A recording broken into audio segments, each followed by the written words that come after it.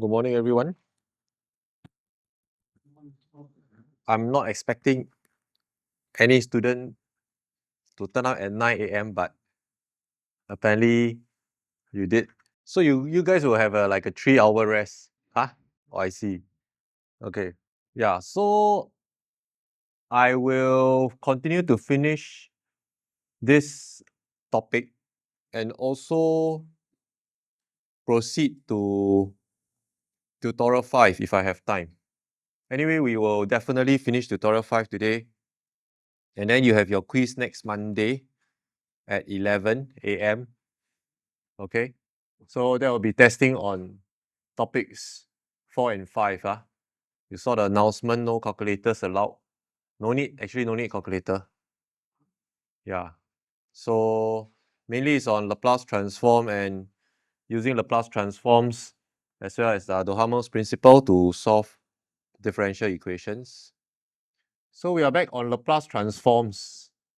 We finished the Laplace transforms already.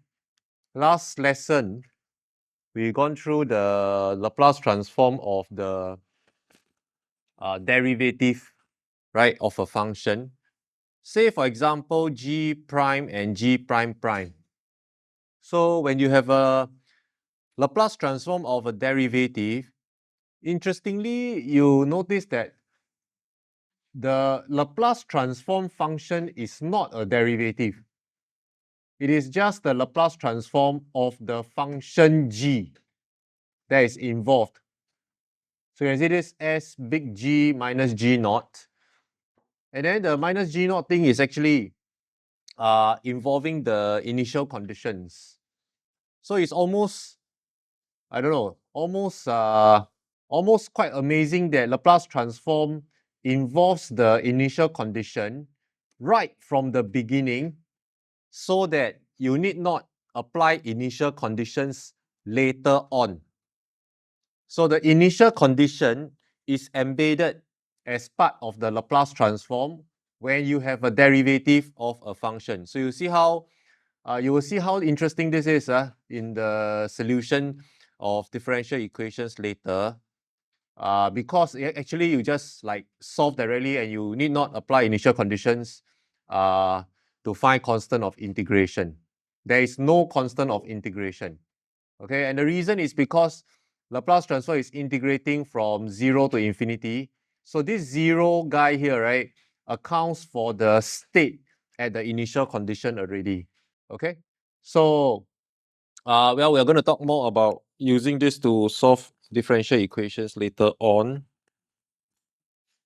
So, but now we are going to look at the inverse Laplace transform.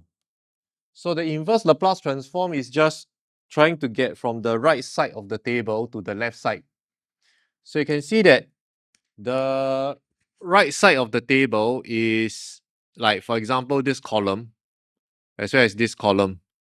So the inverse Laplace transform works in a way that if I give you a function f of s, you have to manipulate it such that it looks like one of the expressions on the left-hand side, on the right-hand side of the table, and you are going to get the inverse transform by referring to the left-hand side.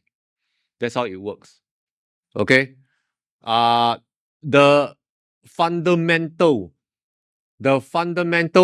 procedure of the inverse Laplace transform is actually an integral in the complex plane. Okay, it's called a complex integral. Okay, but we are not going there because you don't learn complex integration. Okay, so we'll just refer to the table. So these are some examples or simple examples that we have gone through already. Okay, so for example, if I give you 1 over s cubed, then you have to look at the table and you will notice that on the right hand side, there is a potential something over s to the power of something. Okay, so for example, you recognize the cube to be m plus 1, and then your n must be 2. You have no choice on that. And then the n factorial must be 2 factorial, which is 2. But then you see a 1 here, right? So therefore, you have to kind of plug in the 2 factorial. But because you cannot change the original function, So therefore, you have to divide that 2 factorial away. So therefore, this is the manipulation required to so-called use the table directly. So there are also 2 further examples here, catering to the sine function as well as catering to the S shifting. Okay, so therefore, these 3 examples are more straightforward examples of how you can perform the inverse Laplace transform. Okay, so really you don't do any integration, you just recognize the form and then refer to the left of the table. So we have another 3 examples here that are more difficult.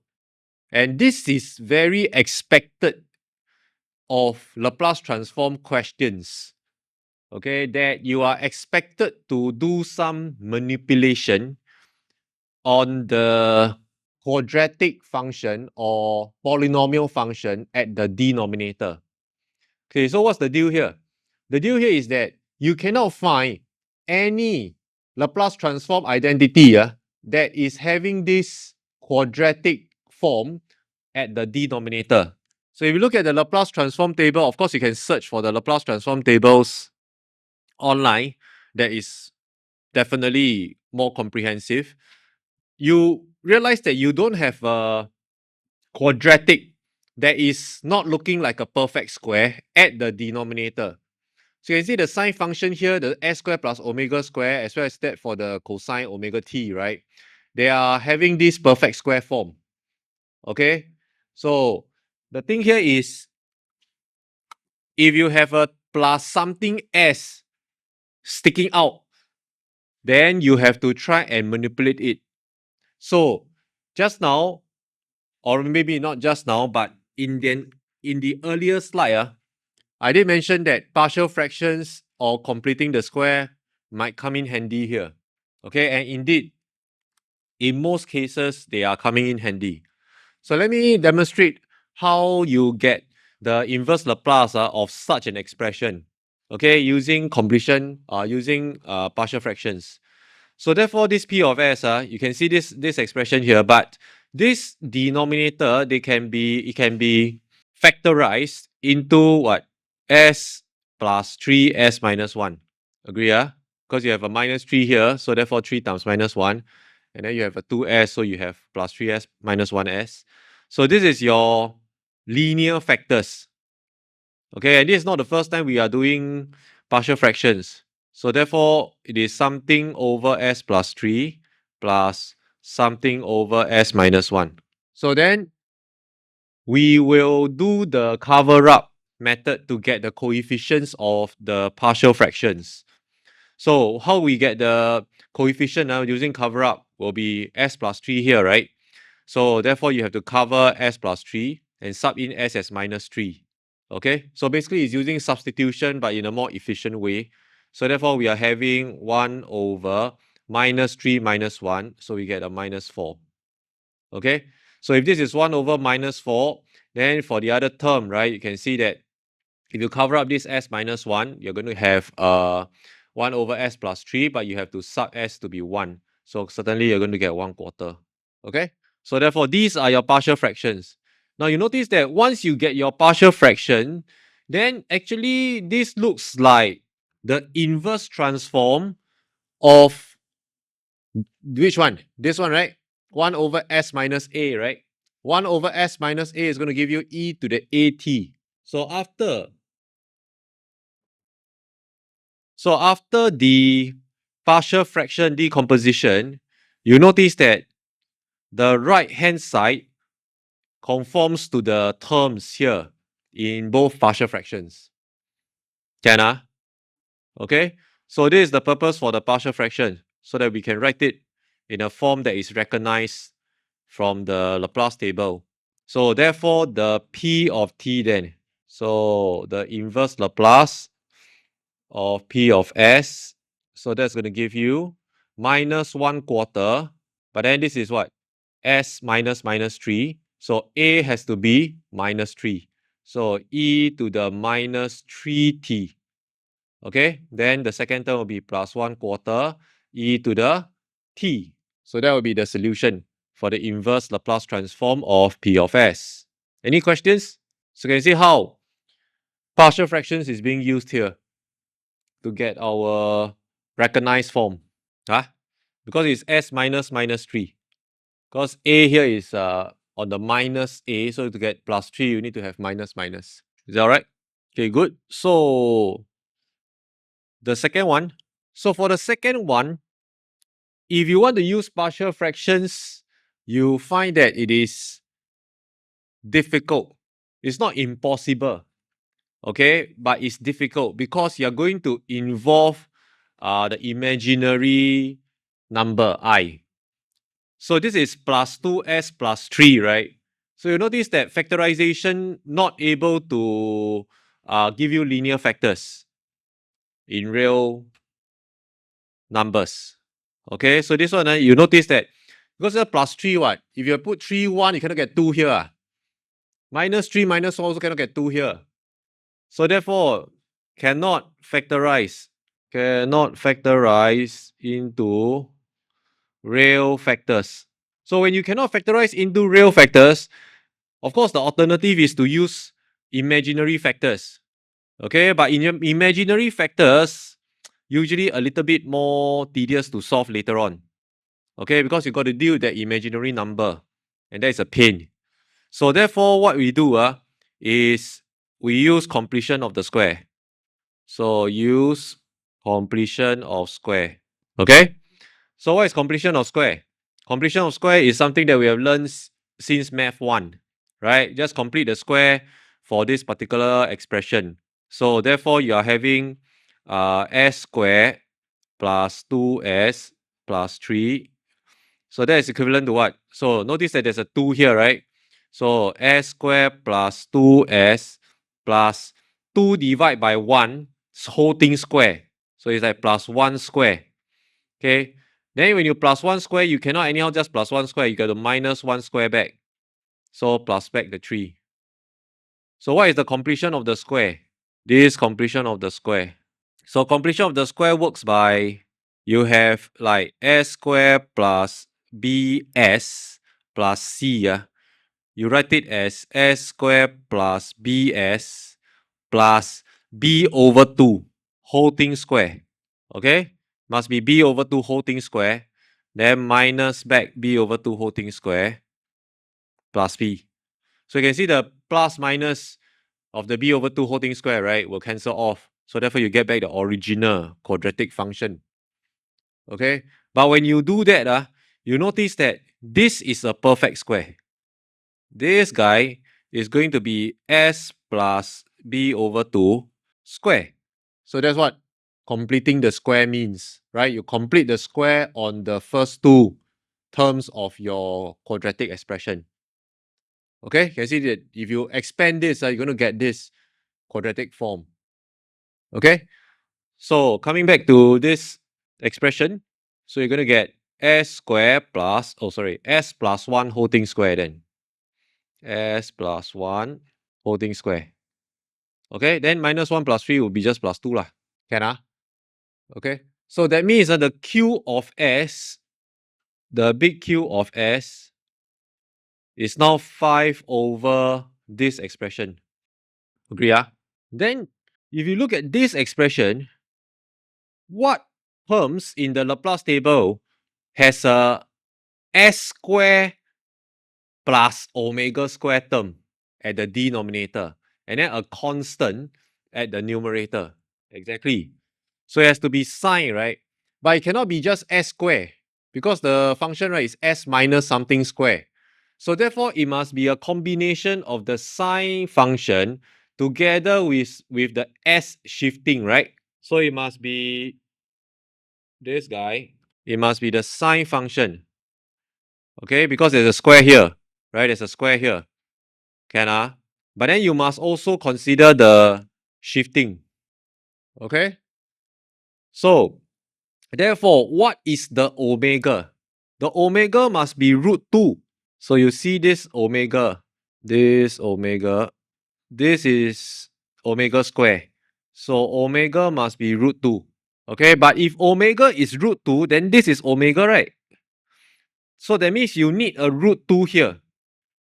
Okay, you will need a root 2 here. So therefore you multiply by root 2. But you cannot anyhow multiply by root 2, right? So therefore you got to divide away that root 2. So once again, it is similar to the manipulation that we have done beforehand. So once you get that right, then you can write down the transform already. I mean the inverse transform. Okay, so therefore Q of t, right, is the Laplace inverse of Q of s, right? So you see that there's a 5 over root 2. Then 5 over root 2, you're going to have a sine root 2t, right? But sine root 2t, you got to multiply by the e to the minus t, because there's a plus 1 here. So there's a minus 1. So therefore, the answer will be 5 over root 2 times sine. Omega must be root 2 t. But there's a shift here, plus 1. So therefore, you got to multiply by the exponential function. So it's e to the minus t. So this will be your inverse transform. Yes? Usually it wouldn't be more than 3 lah. Wouldn't be more than 3.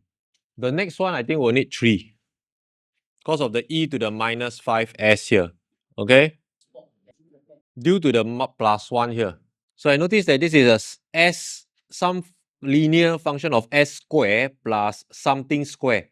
I have to treat this 2 as something square so that I can use the sign expression. So then because this is s squared, this is s minus something or s plus something square. So immediately you should think of s shifting. Correct. Yes, you cannot match it exactly. So you need to do the shifting. Yes, because you need an omega here. So the omega here, right, will be, you need a square root 2 here. But you cannot anyhow just multiply by square root 2, what? So therefore, you got to divide the square root 2 away. So you observe that the square root 2 over this part, right, exactly conforms to your sine omega t. Then you're only left with the constant 5 over root 2 that has to be multiplied. Does that make sense? Any other questions? Okay, so here comes the last part, the R of S. So this one, I think many of you will find it difficult to visualize. So I'm going to go through like step by step. So you observe that this R of S, actually, it is Q of S multiplied by e to the minus 5s. Correct or not? It's Q of S multiplied by e to the minus 5s ma. Agree? Okay. So, I mean, you can write this as equals to e to the minus 5s times Q of S. So, but isn't this looking like one of the rows in the table? Which one? Look at the right hand side. Which one got like e to the something s times some function of s1? Is either this one, but this one is g of a. This one is a constant. Okay, I want like some function of s, so it can be this one. Okay, so as I have discussed before, every time you see the e to the minus something s or e to the something s term, right, you have to think about t shifting, because that is shifting in the t domain. So now you put side by side, you will see. Can Okay, so obviously a is 5, right, because minus 5 minus a here. Then the q of s is just this g of s ma. Correct not? But q of s we already found already what? Right? I mean, it's the earlier expression. So what we need to do, right, is to get, first of all, this g of s, in order to get from right to left, you have to get the g of t first. After you get the g of t, then you replace t by t minus a. Then you write down your inverse transform. Okay, so let me write down the logic here, right? So from g of s, get g of t. Okay, g of t is just the Laplace inverse of big G of s. Then after that, right, just replace. This one, nothing much. Okay, so this one just replace t by t minus a. Okay, and therefore you get your inverse transform. So which is what we are going to do here. So what is the g of t? G of t already obtained in Last part already. There, this is my g of t. Okay, so of course I write it as q of t lah. Huh? So let me write it as q of t. So the q of t is this guy. So I just copy and paste. So therefore now, after I have my q of t, I just need to replace t by t minus a, and a in this case is 5. Okay? So therefore, what is that r of t then? So the Laplace inverse transform of big R of s is going to be q of t minus a, or in this case, a equals to 5. Let me write directly 5. And times unit step t minus 5. Okay? So which means all I need to do, right, is to replace all the t by t minus a. So 5 over root 2 sine, big bracket, square root 2. T replaced by t minus 5. Then multiply by e to the minus of t minus 5. Everything replaced. Then must remember to times the unit step function t minus 5. Because this is the identity that is on the left hand side. So you have to follow that expression. Is that all right? Is that okay? So this part you definitely need practice, as you'll see in the tutorial questions. Oh, by the way, your midterms, you have your results, right? Some of you emailed me already.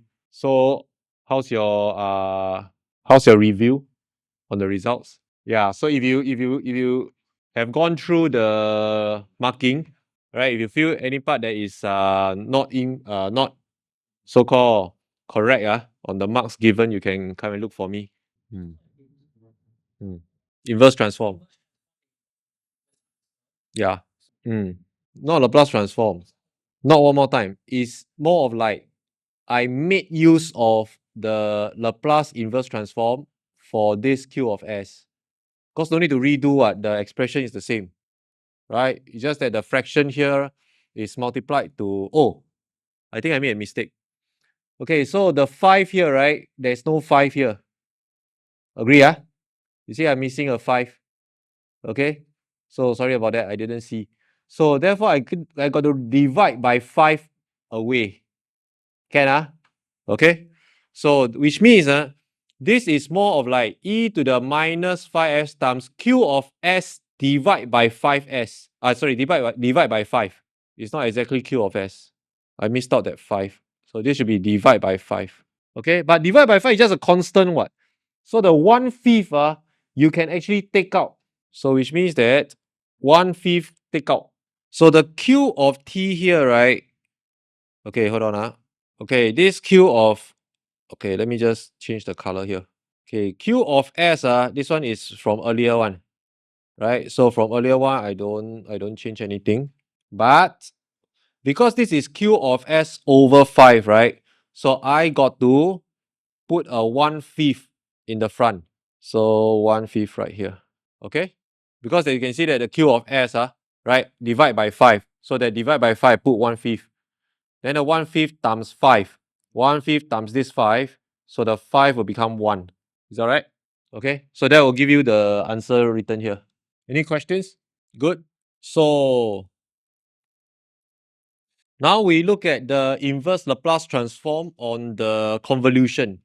Because previously we derived the Laplace transform of the convolution, right? Correct not? So if you have a convolution is just integration. Okay. As I mentioned before, convolution sounds convoluted, but really it's just integration of two functions multiplied together. Okay, two functions multiplied together. And then the perhaps more intuitive way to look at the convolution is one of the function, the tau, the function that is a function of tau, okay, the integration variable. This guy is the excitation. You treat this as the excitation. Okay, h of t is the excitation. The response is given by g of t minus tau, the fundamental response. Okay, so the excitation on the response multiplied together is the total response. Okay, then because you have this response, right, only due to the initial condition at tau, so therefore to account for all the excitation you have to integrate. Okay, so this is the idea behind Duhamel's, right? Duhamel's principle. So now we can actually do the inverse transform of the convolution. So inverse transform very straightforward. Okay, so if you have two Laplace transform functions g and h multiplied together, the inverse transform must give you the convolution. Okay, because look at the table, right? When you transform the convolution, you are just taking Laplace transforms multiplied together. Okay, so if you go back from from right to left, then it must be if you have two Laplace transform functions multiplied together, when you do inverse transform, it will give you the convolution. All right, so now let's look at how we can use the convolution to solve P of S again. Okay, so this one is just offering you another way to get the inverse transform. Previously, we did partial fractions. Okay, from here become partial fraction, then partial fraction do inverse transform. Okay, nothing wrong, well and good, nothing wrong. But we can also use convolution. So once again, this is written as 1 over in terms of the linear factors. So 1 over, okay, wait. So the factorization will be s plus 3s minus 1. But you can write this as 1 over s plus 3 times 1 over s minus 1. So if you write it like that, isn't one of the function g of s? So you can treat this as g of s. And then you can treat this as h of s. Agree, So what is the inverse transform? The inverse transform must be the convolution. So P of t, the inverse transform, must be what? Must be the integral from 0 to t. Then g of t minus tau. Okay, which one minus tau actually doesn't matter. You can put g of t minus tau, you can put h of tau or vice versa. It's still correct. Okay, but maybe I just follow the example here. So times h of tau, d tau. But what is the g of t minus tau? G of t minus tau you must obtain from big G of s ma. So therefore, let us get my g of t first. This g of s, so what is the g of t? G of t equals to e to the minus 3t. Correct? Then what is the small h of t? E to the t. So if you agree that, then actually you just replace the t by t minus tau. So integral from 0 to t, e to the minus 3, t minus tau. Then times h of tau, but h of tau must be e to the tau, then d tau. Okay? So because h of t is e to the tau, e to the t what? Then h of tau must be e to the tau lah. So we'll just replace t by tau. Can? Hold on, I change color. Maybe change color look better. Okay, so you see h of t here. So h of tau is the blue one. Then you must change that to e to the tau. Okay, so then of course you just need to perform that integration to get the answer. So that will be equivalent to the integral. Okay, just to make it like easy. So you can see that there's a e to the minus 3t that got nothing to do with tau. So therefore e to the minus 3t can just take out.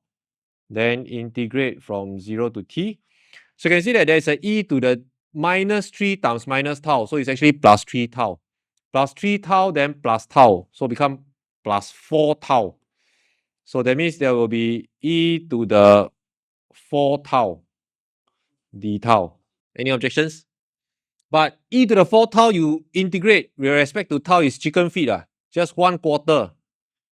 So therefore this guy is going to give me, so 1/4 e to the 4 tau. Then after that, sub in 0 to t. So therefore, you are going to get e to the minus 3 tau. So you see, if you sub in t, right, you're going to get 1/4.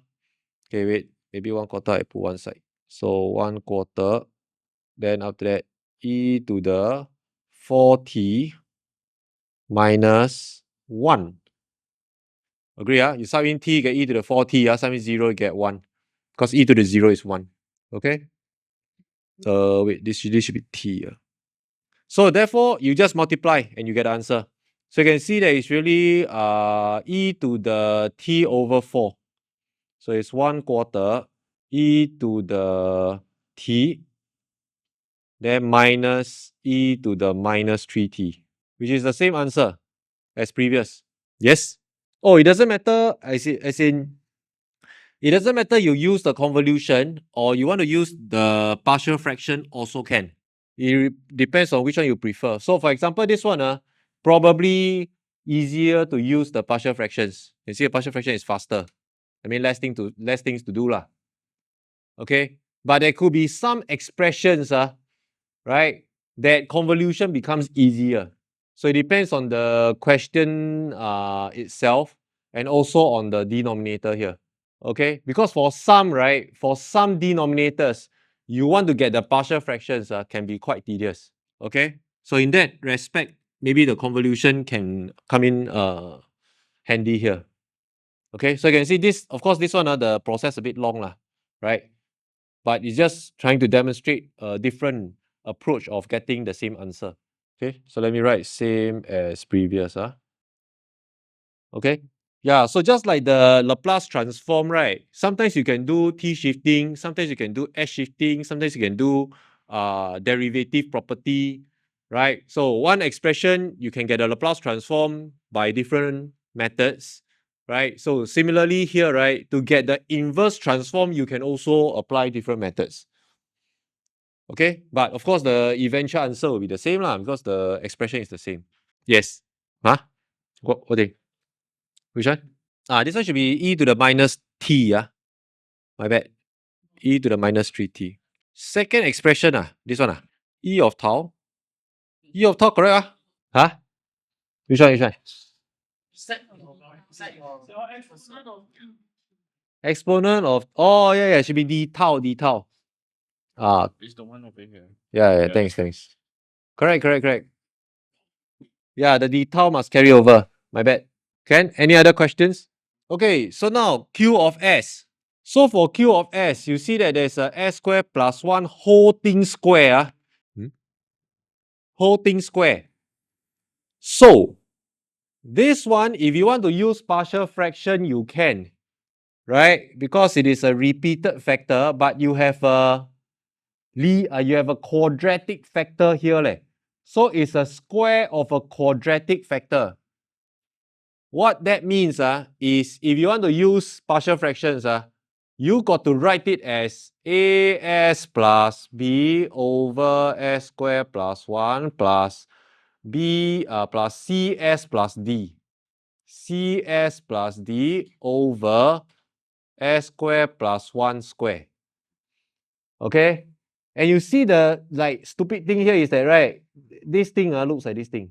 So which means that you're almost guaranteed to get, right, a equals to 0, b equals to 0, c equals to 1, then d equals to 0.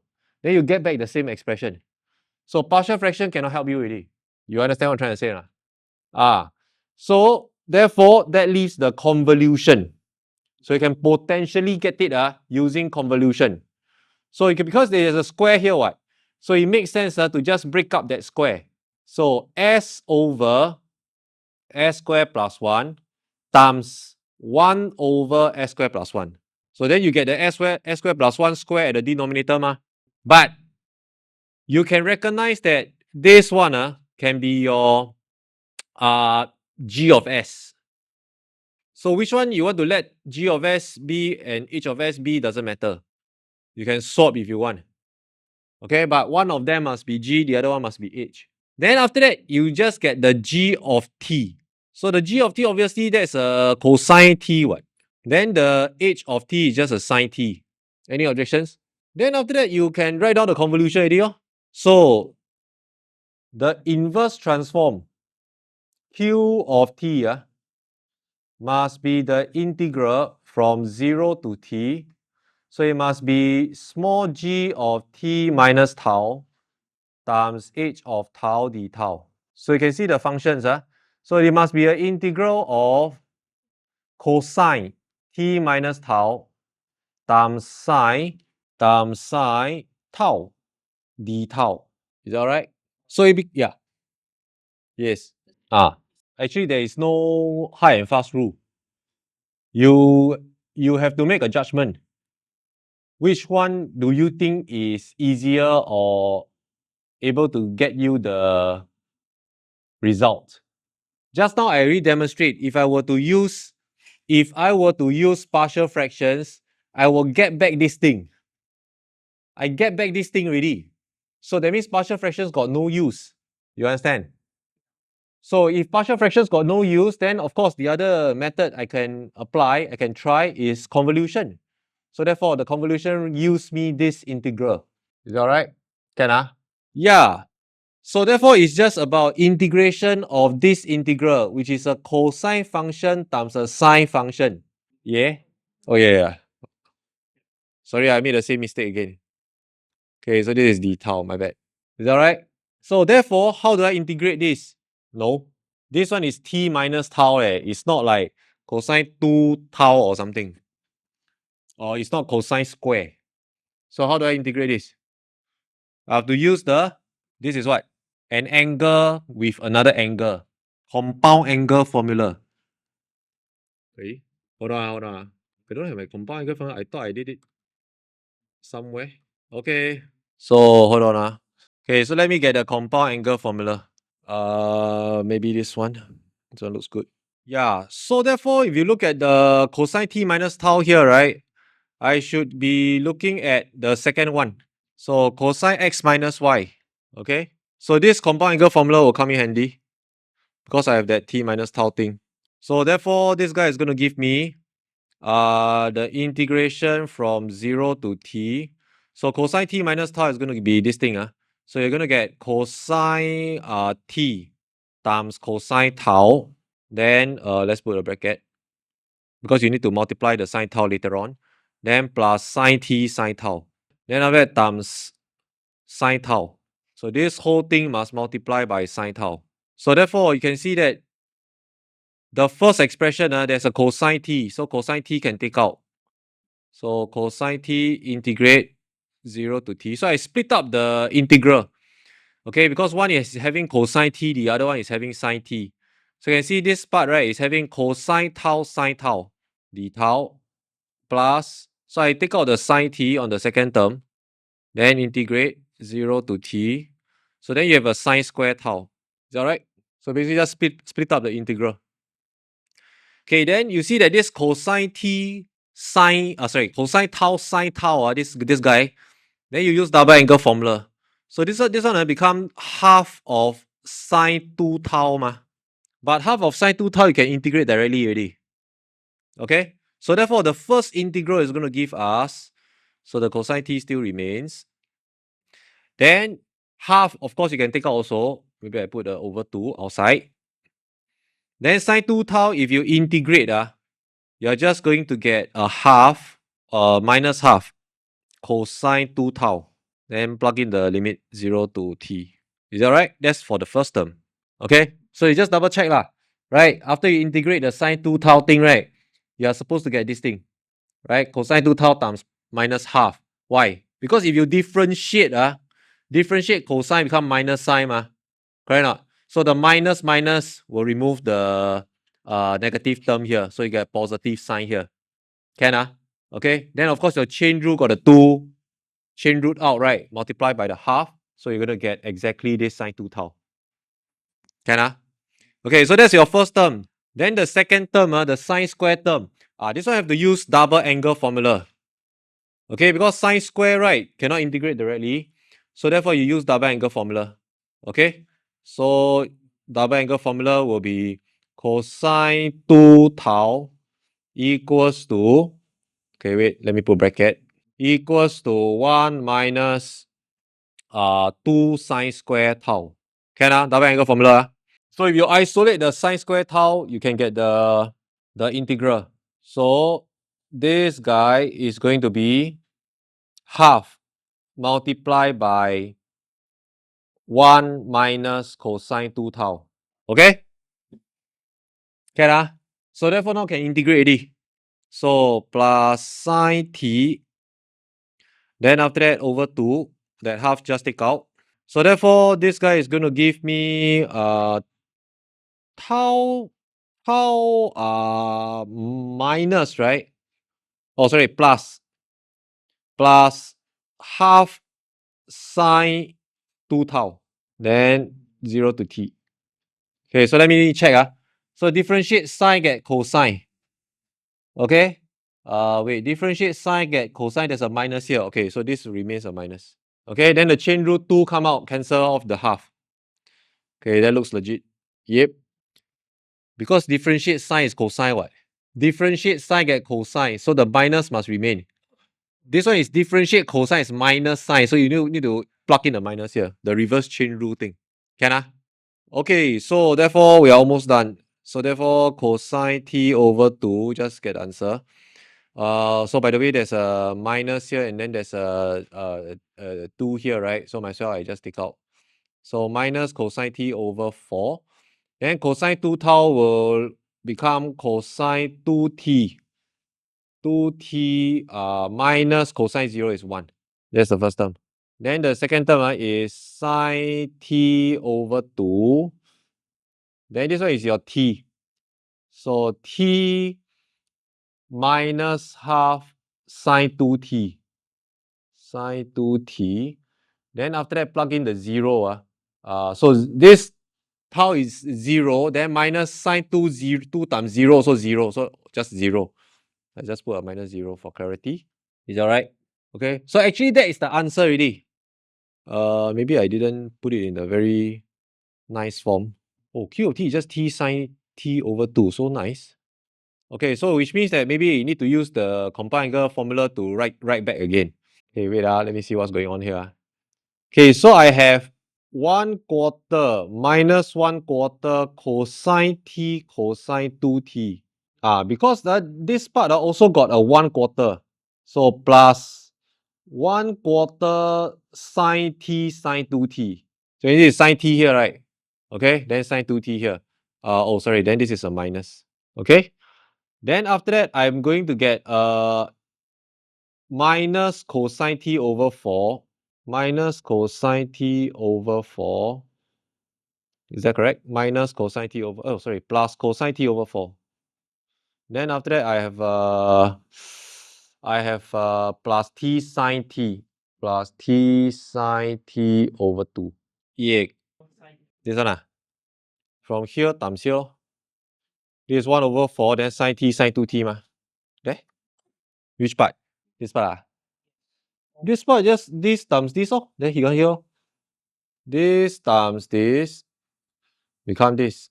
Okay, so I write it like that because I want to make use of the compound angle formula again to write it back. So therefore, you observe that this expression is just a negative of cosine. Then the x minus y, right, is like maybe t minus 2t. T minus 2t over 4. But t minus 2t is just minus t. Can Then after that, there's another plus cosine t over 4. So this part no change. Hold on. So this is this. Oh, sorry. This. Okay. But this is just minus cosine t over 4.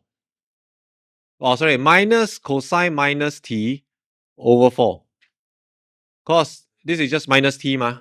But because cosine is an even function, so cosine minus t and cosine t, right, is the same thing. So you remove the minus due to the cosine being even function. So let me write here. So since cosine minus t equals to cosine t, they're even function. Okay, so therefore you can write it like that. So if you write it like that, you notice that you'll cancel off exactly with the cosine t term. Then you're only left with the last term. So the answer is t sine t over 2. Okay, this is tedious. Can. Yeah. Okay, so there's a lot of simplification. If you write it like that, I think it's okay. After you sub in, right, integrate, sub in, then can already lah. No need to do the rest. So this is tedious. Okay. So let's take a break before we move on to solving differential equations, because we just dealt with the inverse Laplace transforms. Let's take a break. 10:15.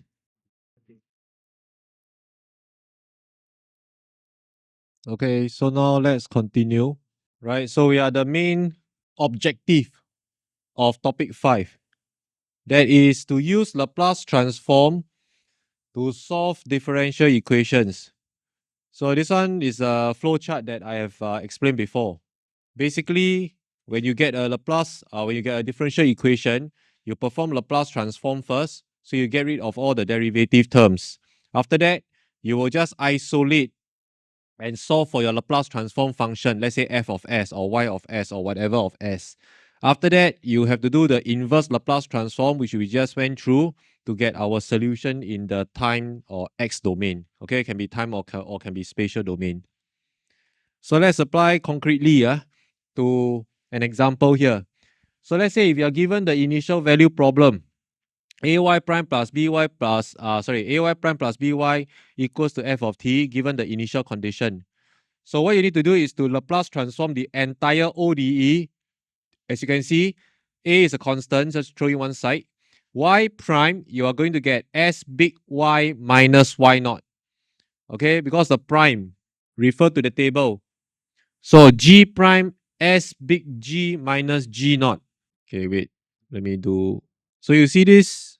So you see this G prime, right? You're going to get S big G minus G naught. So certainly, Y prime, you just change the G to Y, that's all. Okay, so S big Y minus Y naught, right? Then plus BY, you do Laplace transform. So you have plus B big Y. Can So this term, let me underline. So you know which term I'm talking about. This term, you will give you this expression, okay, which is this guy, right?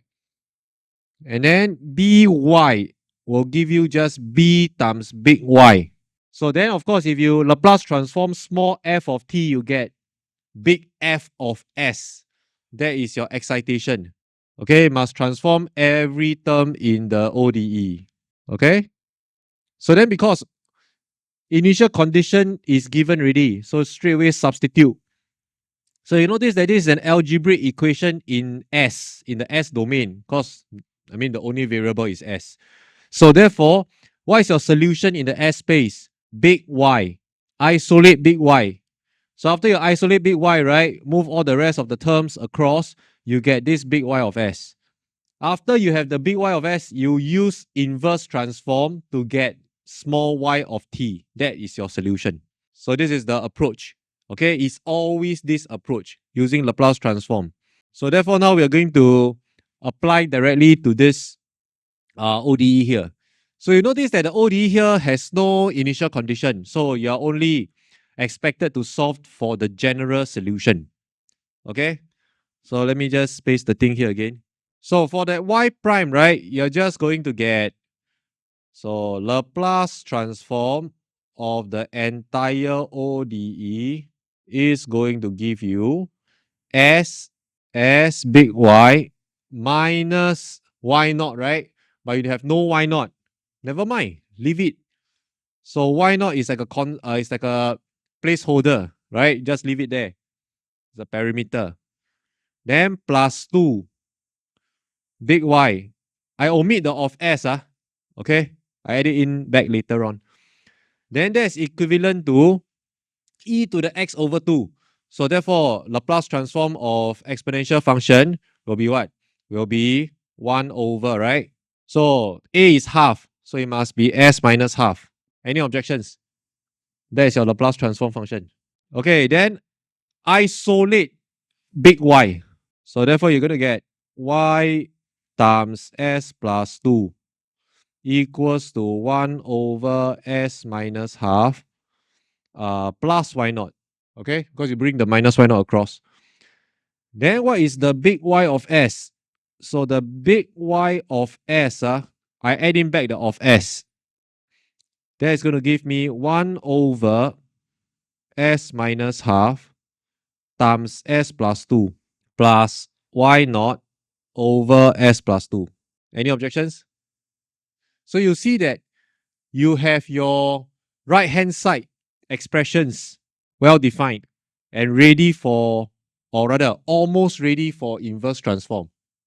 Okay, I say almost ready because this is a big fraction. Okay, but no big deal. We can always write this as partial fractions quite easily because linear factors only.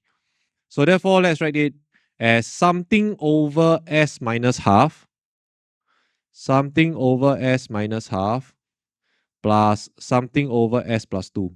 Then this thing no need to touch. This last term no need to touch. Okay? So therefore, find the coefficients. So using cover up, right, you're going to get, so this will be what? 1 over half plus 2. That's 5 over 2. 1 over 5 over 2 will give 2 over 5. Okay? Then the other one must be minus 2 over 5. Okay? So, I mean, you can check lah.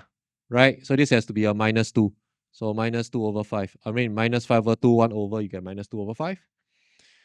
Okay, then you notice that actually this is something over S plus 2. This is also something over S plus 2. So therefore, you can combine them because the Y naught is just a constant, right? So, which means to say that this underlying term will become some C over S plus 2. Okay, the underlying term, because Y naught is not given. So, it's a constant. Constant minus 2 over 5 is just another constant. So, let's call that C. Then the first term, no change. So, the first term is just 2 over 5 times 1 over S minus half. So, therefore, it's ready for inverse transform now to give you the answer. So, which means that Y of X, because your independent variable is X. So, that's the inverse Laplace of big Y of S. So, 2 over 5 is a constant, just plug it down. Then 1 over S minus half, you inverse transform, you get e to the minus X over 2.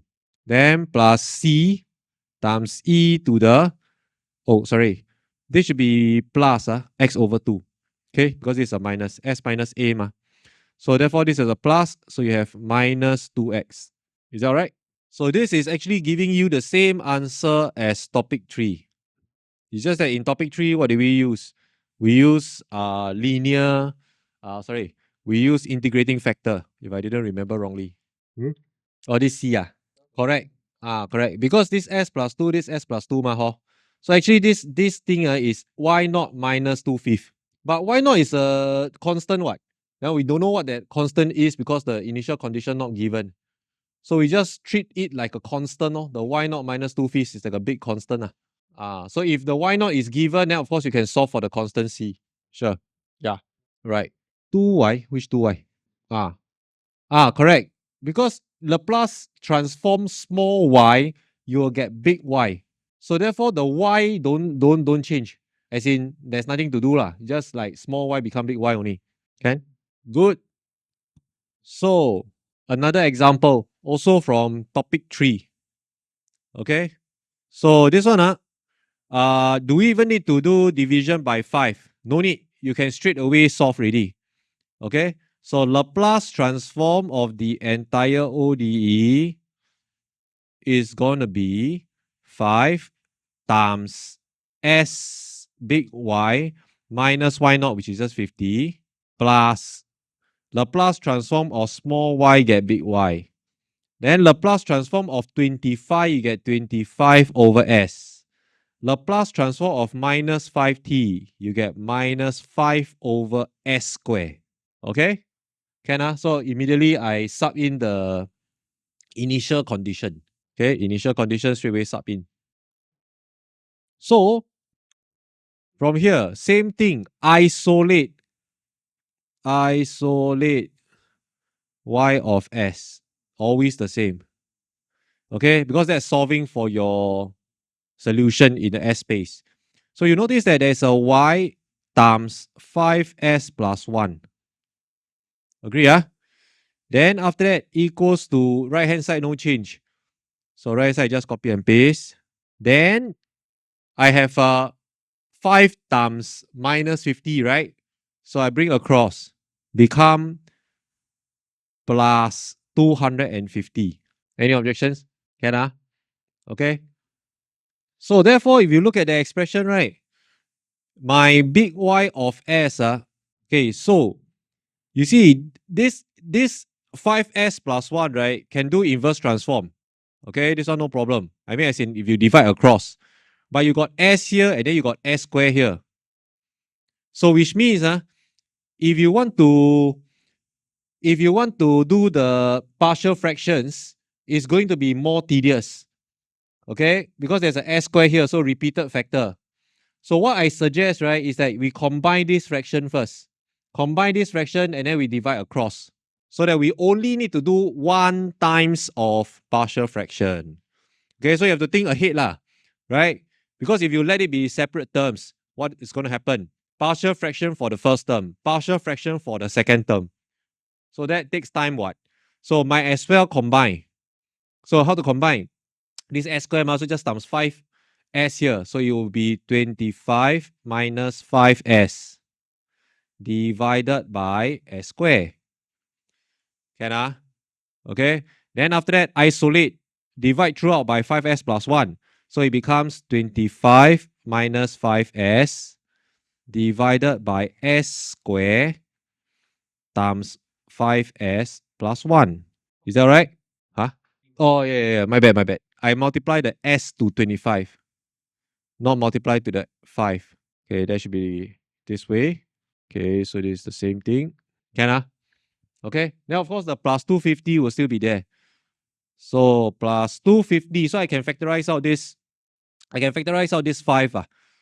So it's 250, right? Because I can inverse transform this almost immediately. Okay. So I just factorize out the 5. Then I have S plus 1/5. Okay. So this last term is ready for inverse transform, but this one is not. Can you see, right? So therefore, I will need to wait, let me see. Because I'm considering whether to combine this with this. Okay. No, I shouldn't combine. I already can see a wonderful thing happening. Okay, what's that wonderful thing? You notice that this 25S minus 5, if I factorize out a 5, I can cancel with this. That's the best thing. So, okay, look at this, 25S minus 5, right? Okay, now I factorize. So I don't even need to do partial fractions. 5 times 5S. Oh, it's a minus. It's a minus. I thought it's a plus. Okay, wait. Wait. Hold on, let me just think ahead a few steps. See whether I can simplify this without resorting to partial fractions. Okay, cannot. Yeah, I think wouldn't help much. If I put a plus 5, okay, wouldn't help much. I can force in a plus 5. Then I have a minus 10. But the minus 10 over this, I'll still need to do partial fractions. So therefore, it's not efficient. Okay, so which means that this part, we need to do partial fractions now. You see, S squared, then multiply by 5S plus 1. Okay, so which means that there's a repeated factor and a linear factor. So therefore, what I suggest is that we simply straight away do comparison of coefficients. Is that all right? Okay, we don't mess with the cover up, because cover up you still need to do substitution. Can So let me just do this separately. This part. Okay. So we multiply throughout by the denominator. So we're going to get 25S minus 5 equals to so this guy is going to be let me see. Okay. So this guy is going to be okay, wait. Let me just write one more step. So something, okay, A over S plus B over S square plus C over 5S plus 1. Can Okay. So now I multiply throughout. So I get 25S minus 5. So that's equivalent to A times S. A S 5S plus 1 plus B 5S plus 1 plus C S square. Okay? So you can see I'm doing a comparison of coefficients. Comparing coefficients. So comparison of coefficients for, let's say, s square first. So s square, of course, left-hand side, no s square, so 0. Then you can see that we have 5a on the right-hand side, then plus c. So that's our first equation. Then we have for s. For s is 25. So 25, you can see what are the coefficients for s here. It must be a plus 5b. Okay, check for me. Then after that, we have our constant. So constant, we get minus 5. So therefore, from here, right, we are going to get a constant that is just b. Nice. Can okay? So you can see b is our only constant on the right hand side. So b has to be minus 5 then, no choice. Then after that, we sub back up. So therefore, a is going to be 25 minus 5b. So that is going to be 50 because it's 25 minus 5 times minus 5. So 50. So once we got a, then we can solve for c. C is going to be minus 5a. So c is going to be minus 250. Nice. Okay. So therefore, we can now write down our big Y of s then in terms of the nice partial fractions. Okay. So therefore, we are going to get 50 big Y of s 50 over s plus minus 5 over s squared plus 250, or rather minus 250 over 5s plus 1. Is that right? So this part is from the partial fractions. Then we are still left with the last term. But the last term is actually equivalent to the term before. So cancel. So now inverse transform. So therefore, y of t inverse transform big Y of s. You can see the answer almost immediately. 50 over s inverse transform get constant 50, minus 5t. Because 5 over s square, you inverse transform, you get 5t. Okay, which is exactly the same answer as in topic 3. Which part? Yes, you can. You can. Okay, but you see what's the issue? Why is it that I didn't combine, right? You see, if you combine this, right, your denominator is s square, right? If you multiply, so if you combine this in, then you have a s square at the numerator. So you got plus 250 s square, correct or not?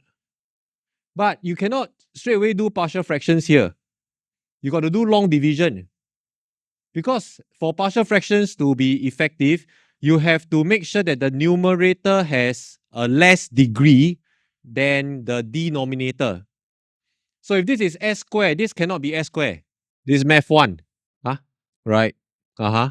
Okay. So which means that if let's say, okay, so I understand where you're going. So if you have 250 s square over s square here, then after you divide throughout, right? Then of course the numerator will still be of a lesser degree as compared to the denominator. Yes, you can do that. Can That's easier, is it? Partial fractions. 10s times minus, okay. Oh, then that's easy. So straight away can do inverse transform. Yes. Okay. So you can do it in whatever sequence, right? As long as you get the final same expression. Okay. Any other questions? Yes. 5s. Is there any reason why you would? Because one is 5s plus 1 and one is 5. Oh, because originally, okay, why is it that I have written this 250? Okay, so you can see that from here, right, I factorize out the 5. Why is that so? Because this is ready for inverse transform. Okay, I know 250 over 5 is 50, right? Then this s plus 1/5, if I do inverse transform, it's going to give me e to the minus 150. So I purposely write it down like that because I want to write it such that, right, it is ready for inverse transform. Okay, because I cannot see I cannot see in the future. So Later on, I noticed that the partial fraction from this last term actually cancels off with this term. Okay? So of course, if I know that beforehand, then I wouldn't factorize it out. Right? But I don't know. So I will want to get it ready for inverse transform as early as possible. All right? Okay, good. So now we are going to look at this interesting example on the mathematical modeling of a landing rocket. You have seen the SpaceX landing video before? No? Some yes, some no. Okay, so I just show you the thing here. Hold on, let me see if I can. Attempting to recover all 3 of the first stage cores, and all 3 boosters are currently on their way heading home. In just a few minutes, the side boosters will execute an entry burn, followed by a landing burn, and the center core will do much the same a few minutes later. Coming up in about 5 seconds here, the side booster's landing burn will begin as well.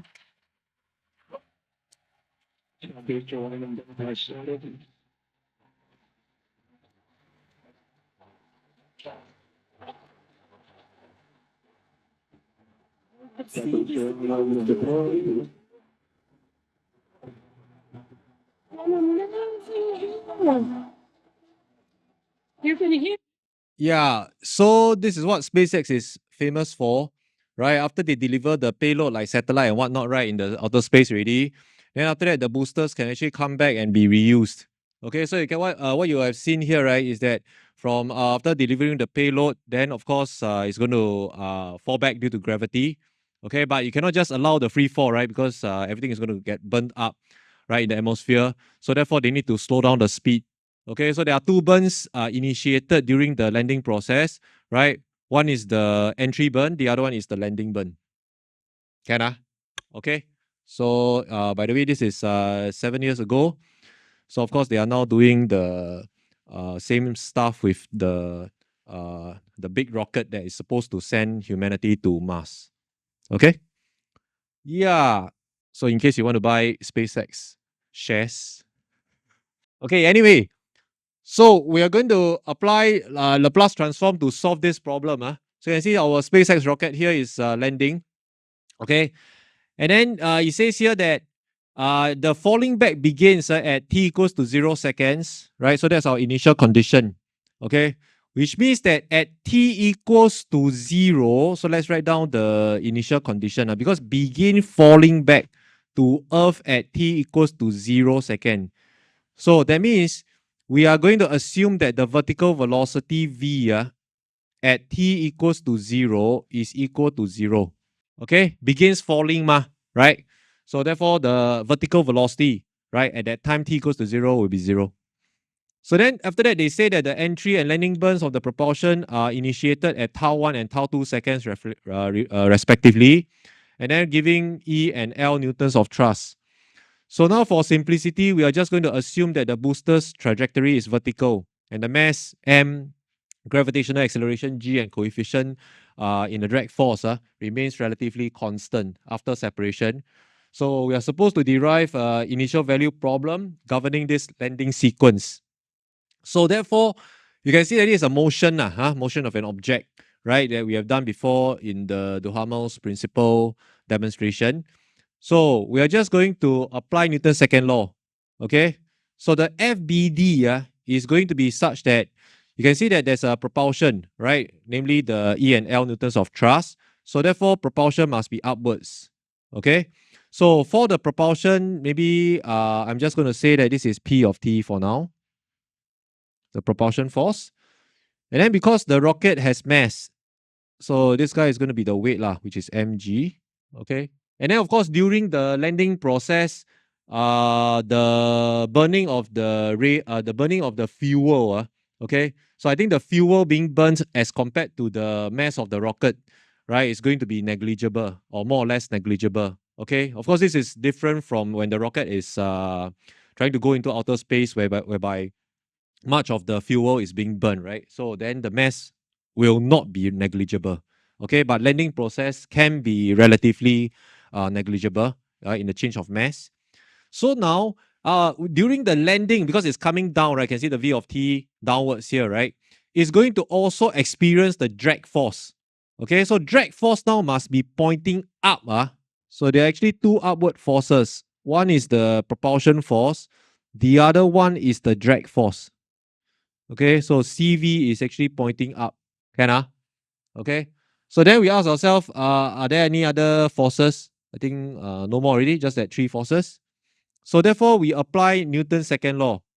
So by Newton's second law, so we have the sum of forces in the y direction equals to mv prime. Ma lah, A is just v prime. So downwards as positive. So that means mg is positive. Okay, downwards positive. So therefore mg is positive. Then minus cv minus the propulsion force p of t. Then that's equivalent to mv prime. So then we isolate the v terms on one side. So then maybe we can divide by m throughout. So therefore we're going to get v prime plus c over mv. That's equivalent to mg divided by m, you get g. Then you have a minus p over t. Minus p over mt, or p of t over m. Is that right? Okay. Then the propulsion force p of t is described by the entry and landing burns respectively. Okay.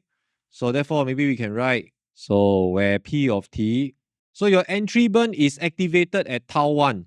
So how to activate the entry burn at tau 1?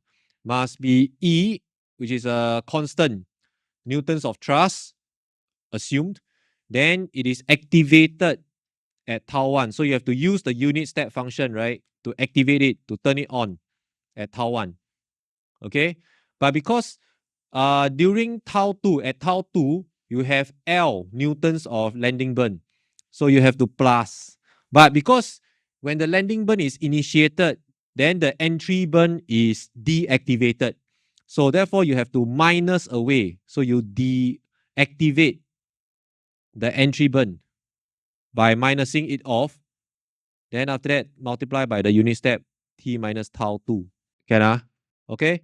So certainly this is almost completed because you have your ODE defined already. Okay. But you still have to write down your initial condition. Okay. Because the initial condition, it says here, right, begins falling back to Earth at t equals to 0 seconds. Okay. So, and initial condition will be v at t equals to 0 equals to 0. Okay. So this will be the complete IVP, initial value problem. So IVP, make sure you include the initial condition. Is that all right? Any questions? So we just made use of the turn on, turn off thing, right? When we learn about the Laplace transform on the unit step, how we use the unit step function to turn on and off certain activations. Is that all right? Okay. Yeah. So after we have the IVP written down, then of course the second part is to solve it. Okay. So given that the thrust forces E and L are constants, we're supposed to solve the IVP for the velocity function of the landing booster. Okay. So because the excitation terms, you can see that the excitation terms, there are unit steps functions. They are unit step functions. So therefore, in this respect, the Laplace transform will be quite appropriate in the solution process. Okay? Because if you were to do integration, you got to integrate multiple regions, across multiple regions, right? Because across, like for example, before tau 1, there is no P of t. After tau 1, before tau 2, then there's only this term. Then after tau 2, you got this term. So therefore, if you were to do integration like Duhamel's principle, right, you got to integrate over multiple regions. So that's going to be more tedious. So therefore, Laplace transform allows the direct handling of this kind of excitation functions. So I'm just going to copy and paste, right? And then my P of t, so I just put 1 over m times this P of t, which is on the right-hand side right here. Is that okay? So therefore, my initial condition is just a 0 initial condition. So if I do a Laplace transform of the entire ODE. Okay, so V prime, I'm going to get what? S big V. Okay, this V looks like big V. So maybe let me change another variable. Okay, so let me just put it as big Y lah. Hold on because I don't want to write big V lah. Big V looks like small v. So this Y equals to the Laplace transform of small v. Okay, so I think like that. Easier to differentiate. Can Okay, so then minus 0 because the initial condition V naught is 0. Then after that plus C over M. Then this small v, your Laplace transform become Y. Then equals to, you see this G here, so obviously it's G over S. Okay, G is a constant. Then minus 1 over M. So 1 over M is just a constant. Don't worry about it. Okay. Then you can see that this E also constant. Then E times unit step. But then Laplace transform unit step is just E to the something S. So therefore is E. Okay, hold on. So this big E. Okay, maybe I put big E here. Then E to the minus tau 1S over S. You know where this is coming from, right? From the table. If you Laplace transform the unit step function, right? Ut minus a, you're going to get you're going to get e to the minus as over s. So this is exactly what is given here. Okay. Then after that plus, then this L minus E also just a big constant. L minus E. Then after that unit step t minus 2. Then obviously just e to the minus tau 2s. Tau 1 and tau 2 are just constant times. And that's it. So this is your Laplace transform function. Is that okay? Any objections? Okay, I'm going to stop here for this class because there is another class coming, right? So we will continue the solution process during the tutorial actually it's during the lecture at 2 p.m. Okay, so let me quickly mark attendance first before you go. So you'll come for this class, then you're going to wait 3 hours, right? Hold on. All of you going to stay? No, right? Some of you going to have breakfast or something, right? Okay. Hold on. Quickly mark attendance for those who are here. Today is the 8th. How come there's a... Oh, okay. I haven't changed this yet. Okay, never mind. This one later I change. Alexander? No. Aliyah? No. Emelina? Angelico? Okay. Sean? Jashawn? Brian is here. Chen Chang? Never here. Zhen Yi? Ivan? Yang Eng not here. Emilia? Erwin not here. Yan Jin? Zhan Yang? Dong Bing here. Noritetsu? No. Javier here. Joey not here. Jordan here. Kayla here. Kevin not here. Ken Leong? No. Sharon not here. Dawson here. Chen Ying here. Jonathan? Kun Yong? Not here. Mac not here. Nikhil not here. Mohan not here. Azari? No. Danish? Irfan? Naya? Bing Jie is here. King Hong? Zixuan? Fadila? Phoebe outside. Okay. Yan Heng? Sherwin not here. Benjamin? No. Raymond? No, right? Reese? Ruji not here. Jumpang? Not here, right?